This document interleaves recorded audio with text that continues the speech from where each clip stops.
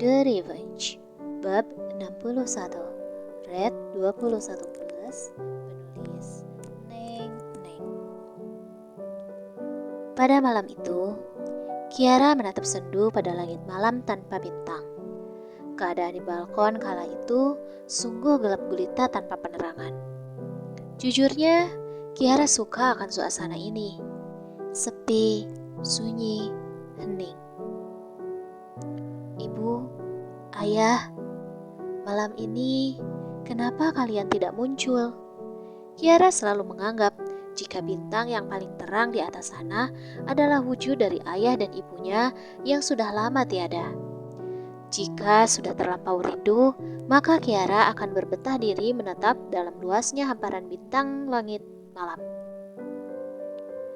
Hari ini cukup sulit untukku, Kiara berbisik lirih. Mas Andra berselingkuh dariku. Aku melihatnya sendiri. Dia tengah memeluk perempuan lain. Tapi hati kecilku yang paling dalam mengatakan jika apa yang aku lihat sebetulnya bukan kenyataan. Aku bingung, Ayah, Ibu. Kiara berbisik lirih. Apa yang harus aku lakukan? Gadis itu mengusap air matanya pelan. Di balik senyuman dan ketegaran yang dia perlihatkan, diam-diam dalam gelapnya malam, gadis itu seringkali menumpahkan rasa sakitnya seorang diri.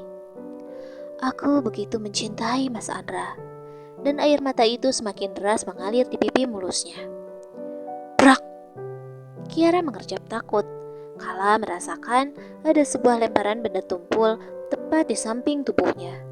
Gadis itu segera mundur, meraba-raba sekelar lampu yang berada di antara tembok untuk memperjelas penglihatannya. Dada Kiara bergemuruh hebat. Bagaimana mungkin semua ancaman ini selalu datang padanya? Setiap waktu Kiara selalu mendapatkan kejutan hebat, hingga Kiara merasakan tubuhnya begitu lemah tak berdaya.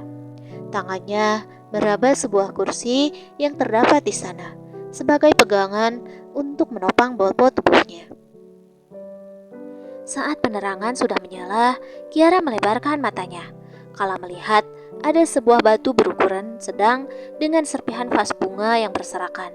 Rupanya ada orang yang melemparinya batu tersebut. Namun malah mengenai vas bunga yang berada di meja kecil di pojokan sana. Kiara segera menatap ke bawah sana. Seharusnya di sana ada beberapa penjaga yang bertugas mengamankan keadaan rumah. Namun semuanya terlihat sunyi. Hanya terlihat dua orang satpam yang tengah berada dalam posnya masing-masing. Kiara merasa ini janggal dan aneh, mengingat kediaman Shailendra tidak pernah sepi dari penjagaan. Dengan tangan bergetar, Kiara meraih batu tersebut. Ternyata di batu tersebut terdapat gumpalan kertas. Perlahan Kiara membukanya, lalu matanya meneliti tulisan yang berada di dalamnya. Kepergian ayah dan ibumu, apakah kau percaya jika itu hanya kecelakaan murni saja? Bukankah semuanya terlalu janggal? Coba ingat-ingat kembali semuanya. Awalnya semua baik-baik saja bukan? Tapi kenapa mereka tiba-tiba pergi begitu saja? Jika kau penasaran, maka jawabannya ada pada tubuh suamimu, Andra. Seketika tubuh Kiara luruh ke lantai. Dia merasa tubuhnya lemah tak bertulang. Lalu ingatan-ingatan itu kembali muncul begitu saja. Iya, semuanya pada awalnya begitu baik-baik saja. Hingga pada suatu hari, tiba-tiba ayah yang tengah pergi keluar kota untuk mengantarkan Andra, tiba-tiba saja mengalami kecelakaan. Kiara mendengar jika ayah selamat dan sedang dirawat di rumah sakit. Mereka bilang jika ayah baik-baik saja. Namun, saat Kiara dan ibu tiba di rumah sakit, mereka bilang jika ayah sudah tiada. Saat itu Kiara percaya jika kematian ayah disebabkan oleh kecelakaan. Begitu pula dengan kematian ibu. Sebetulnya ibu yang Kiara lihat tidak apa-apa. Ibu baik-baik saja, terlihat sehat dan segar bugar. Ibu masih terlihat sangat menyayangi Kiara dan masih bisa membuatkan Kiara sulaman pada sebuah sabut tangan dengan nama Kiara di sana. Namun, suatu hari setelah pulang sekolah, tiba-tiba saja Kiara harus menerima kenyataan jika ibu sudah pergi karena suatu penyakit. Hari itu Kiara percaya saja dan memilih untuk menyerahkan segalanya pada keluarga Shailendra. Kiara percaya kepada mereka yang terlihat begitu menyayangi Kiara dengan tulus. Namun, hari ini Kiara baru memikirkan semuanya. Bisa jadi, Kiara terlalu mengedepankan egonya. Kiara terlalu mencintai Andra hingga menutup matanya untuk melihat kenyataan. Jika Nyonya Shailendra mampu melenyapkan menantu dan calon cucunya, maka mungkin saja Nyonya Shailendra juga bisa melenyapkan kedua orang tuanya. Entah alasannya apa, namun Kiara yakin jika semuanya berhubungan dengan Andra. Aku tidak ingin mempercayai semuanya, Ibu. Ayah, hatiku sakit. Kiara memukuli dadanya dengan brutal, meresapi segala rasa sakit yang bersarang di dalam sana. Segala rasa sakit bercampur baur di dalam dadanya. Tidak, aku tidak boleh mempercayai semuanya. Aku harus tahu kepastiannya. Aku harus membuktikan semuanya dengan mata kepalaku sendiri. Kiara membulatkan tangannya erat. Namun, jika semuanya terbukti salah, maka aku tidak akan pernah memaafkan siapapun, termasuk diriku sendiri. Gadis itu bertekad kuat, menepis air matanya kasar, lalu berjalan menuju pintu kala mendengar suara ketukan dari sana. Perlahan, tangan bergetar. Kiara membuka pintu, lalu tatapannya segera berubah kala menatap seseorang yang tengah berdiri di ambang pintu. Mas Andra?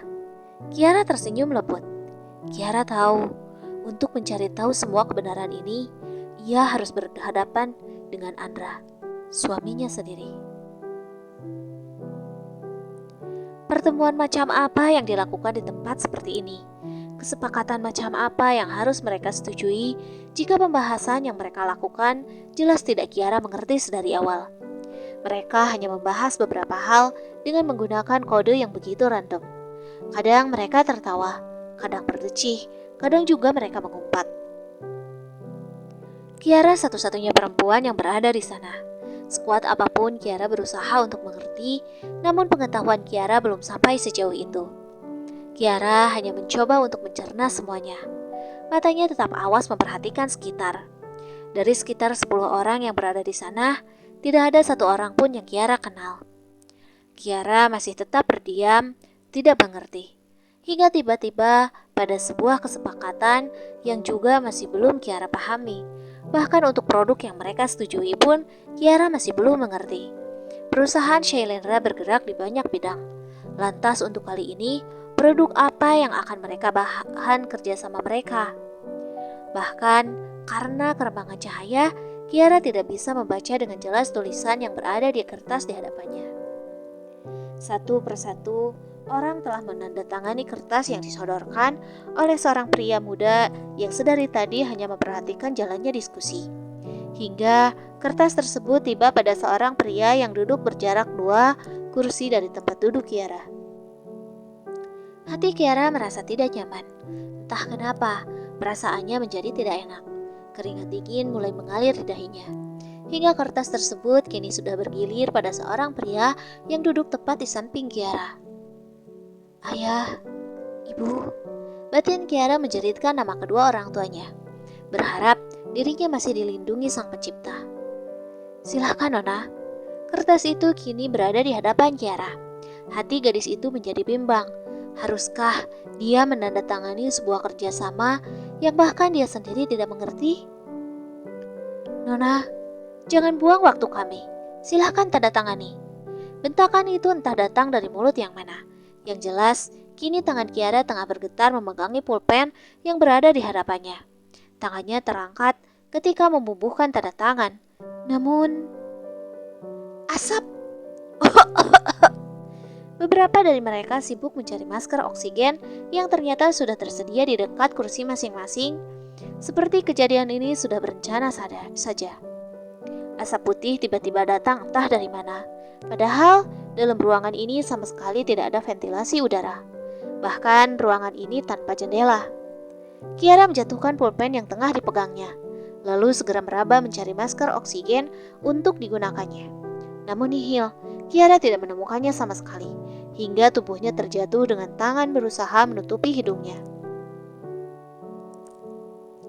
Dadanya mulai terasa sesak karena udara sekitar yang telah penuh dengan asap. Bahkan Kiara merasakan tangannya terinjak kaki seseorang. Karena para pria tadi tiba-tiba saja berebut untuk menggedor pintu keluar. Ruangan ini kedap suara. Orang di luar tidak akan mendengar teriakan kita. Mereka akan membuka pintu setelah 2 jam kita berada di dalam sini. Apa? Itu artinya mereka akan membuka pintu dalam waktu 1 jam lagi. Ucapkan selamat tinggal pada dunia fana ini. Kita sungguh terjebak. Sialan. Suara-suara itu memasuki genang telinga Kiara.